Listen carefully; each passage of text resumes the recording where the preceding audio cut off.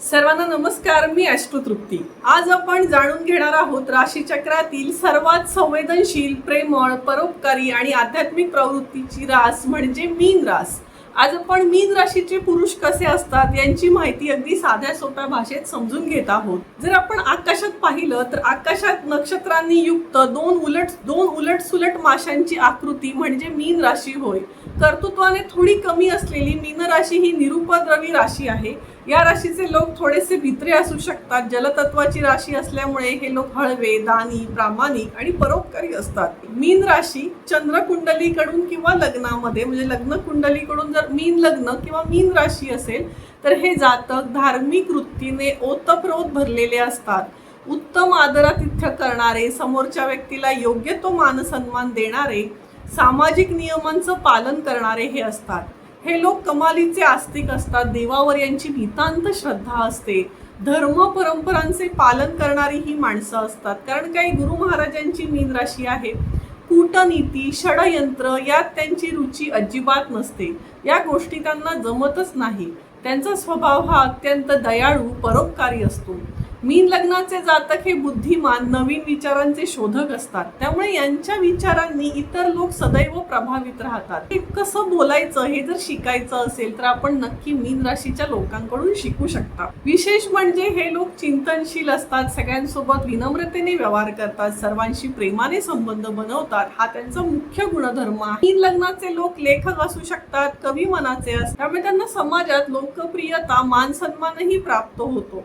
न्यायप्रिय असल्यामुळे सदैव न्यायाची बाजू हे लोक घेत असतात. सौम्य स्वभावामुळे कोणी त्यांच्याशी वाईट वागलं तरी ते त्यांच्याशी सौम्यतेनेच वागतात. मीन ही राशीचक्रातील 12वी म्हणजे शेवटची राशी आहे. निसर्ग कुंडलीमध्ये ही व्ययस्थानात येते. तिथूनच आपण मोक्ष बघतो. त्याच्यामुळे अध्यात्म आणि धर्मासाठी खर्च जो होतो तो सुद्धा आपण व्ययस्थानावरून पाहतो. आणि मीन ही गुरु महाराजांची द्विस्वभावी राशी आहे. ती स्त्री तत्वाची असल्यामुळे स्त्रियांचा नैसर्गिक प्रेमळपणा, जिव्हाळा या राशीमध्ये इनबिल्ड आहे. जलतत्वाची असल्यामुळे सतत वाहत राहते. सगळ्यांना सामावून घेण्याचं तत्व हे मीन राशीमध्ये आहे. म्हणजे आपण जर जलतत्वांच्या राशी ज्योतिषशास्त्रामध्ये विचार केला तर कर्क रास म्हणजे नदी आहे, वृश्चिक रास म्हणजे छोटं तलाव आहे आणि मीन रास काय आहे तर मोठा समुद्र आहे.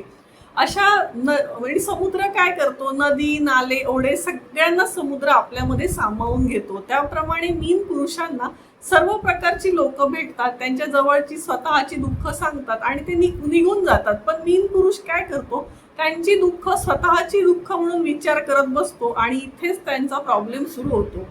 आणि मीन राशी स्त्री राशी असल्यामुळे हे पुरुष निसर्गतःच प्रेमळ असतात, सौम्य असतात. समजून घेऊन कार्य करण्याची यांची पद्धती असते. खाणं आणि खाऊ घालणं हा त्यांचा आवडीचा उद्योग असतो. त्यामुळे साहजिकच गुरु कसा आहे, गुरु हा वृद्धिकारक आहे आणि मीन ही गुरु महाराजांची राशी आहे. त्यामुळे साहजिकच मीन राशीच्या लोकांचं वजन वाढण्याचे प्रॉब्लेम असू शकतात. त्यामुळे खाण्यावर कंट्रोल ठेवणं अत्यंत आवश्यक आहे. आता मीन राशी गुरु महाराजांची रास आहे आणि त्याच्यामुळे हे पुरुष कसे असतात, आध्यात्मिक असतात. हे लोक इतके देवभोळे असतात की कधी कधी धर्माच्या नावावर यांची फसवणूक देखील होऊ शकते. मीन राशी अत्यंत संवेदनशील, प्रेमळ, सगळ्यांना सामावून घेणारी, सगळ्यांच्या सुखदुःखात रमणारी अशी ही राशी आहे.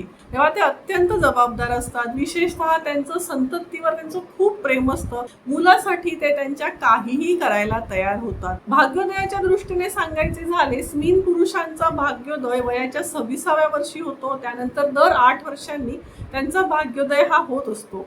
विशेषतः शैक्षणिक क्षेत्रात हे पुरुष खूप नाव कमवतात. मीन राशीचा पुरुष जर शिक्षक असेल तर विद्यार्थी अशा शिक्षकांवर जीवापाड प्रेम करतात. कारण यांची शिकवण्याची एक विशिष्ट पद्धत असते. प्रत्येकाला माझं समजून जी शिकवण्याची पद्धत असते ती मीन राशीकडे आहे. मीन पुरुषाच्या बाबतीत अजून एक महत्वाची बाब म्हणजे धार्मिक, सामाजिक कार्यामध्ये हे सतत आघाडीवर असतात. समाजासाठी दान करणं, आपल्या परीने कार्य करणं हे त्यांना सहज जमतं. त्यातून त्यांना मनस्वी आनंद, समाधान प्राप्त होत असतं. काळातही जिथे एकत्र कुटुंब पद्धती दिसून येते तेथे मीन जातक आपल्याला नक्की आढळून येतात. कारण मीन जातकांना एकत्र कुटुंब पद्धती ही मूळतः आवडते. याशिवाय महत्वाची बाब म्हणजे यांची आध्यात्मिक प्रवृत्ती, दररोज पूजा, ध्यानधारणा, नामस्मरण यांचे आवडीचं कार्य आहे.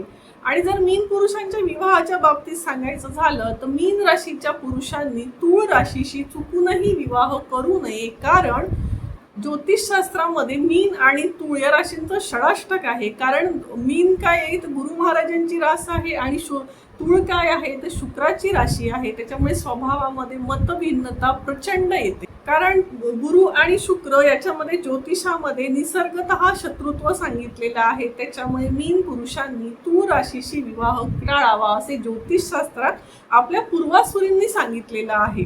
तर कोणाशी लग्न करावं? कर्क आहे, वृश्चिक आहे, मीन राशीच्या महिला आहेत, या तुमच्यासाठी जोडीदार म्हणून अत्यंत उत्तम ठरतात. कारण या जलतत्वाच्या राशी तुमचे स्वभाव, विचार, आचार सगळंच सुंदरपणे जुळतं. त्याच्यामुळे आपण या राशींचा विचार करावा.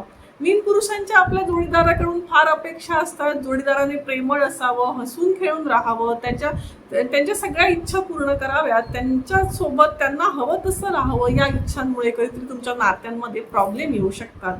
त्यामुळे थोड्या तुम्ही तुमच्याकडनं अपेक्षा कमी करा. जसे तुम्ही सगळ्यांना सोबत घेऊन चालता तसंच तुमच्या जोडीदाराला पण सोबत घेऊन चालणं हे तुमचं कर्तव्य आहे, हे विसरू नका. एकंदरीतच मीन राशीचा पुरुष म्हणजे प्रेम, त्याग, कुटुंबावरील निस्सीम प्रेम, अध्यात्म आणि परोपकार यांचं सुंदर मिश्रण म्हणजे मीन पुरुष होय. तुम्ही सुद्धा मीन राशीचे आहात का? या व्हिडिओतील गोष्टी तुमच्याशी जुळतायत काय हे मला कमेंट करून नक्की सांगा.